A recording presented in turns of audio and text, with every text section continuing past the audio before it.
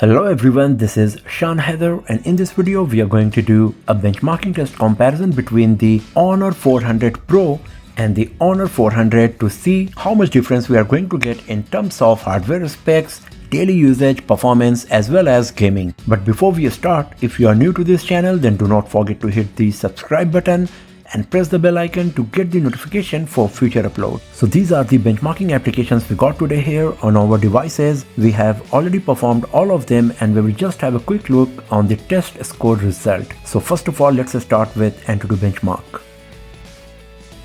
So the Honor 400 Pro scored 1.939360 million points and the Honor 400 scored 854,878. So as you can see, the winner is Honor 400 Pro. It is scoring more than twice of what we are getting on Honor 400. If we go to the individual test score result, here you can compare the result of CPU, GPU, memory and UX, and as you can see, in all of these four, performance of the Honor 400 Pro is better, especially when it comes to the GPU performance. This is the biggest contributing factor in the score of Honor 400 Pro compared to the vanilla Honor 400, as it scored more than 3 times compared to Honor 400 in the GPU test. So let's go back from here to the next test, and that's the 3D Mark.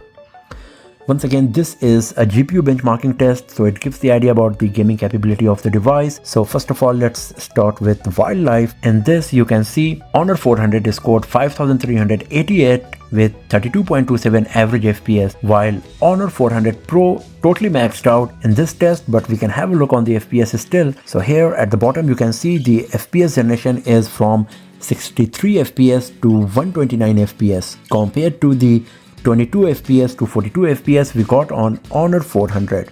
So once again, you can see the Honor 400 Pro scored 3 times more FPS in wildlife test on 3D Mark. If we go to the wildlife extreme, in this Honor 400 Pro scored 4,619 with 27.66 average FPS, and Honor 400 scored 1,472 with 8.82 average FPS. So once again, the difference is more than 3 times in terms of overall score as well as the average FPS being generated. So in wildlife extreme as well, the winner is Honor 400 Pro. Now if we go to the Steel Nomad Lite, it's exactly the same story, that Honor 400 Pro is scoring 3 times more points what we are getting on Honor 400, as the Honor 400 Pro scored 1,483 with 10.99 average FPS, and Honor 400 scored 493 with 3.66 average FPS. So considering all of these GPU test result of AnTuTu Benchmark and 3D Mark, you can expect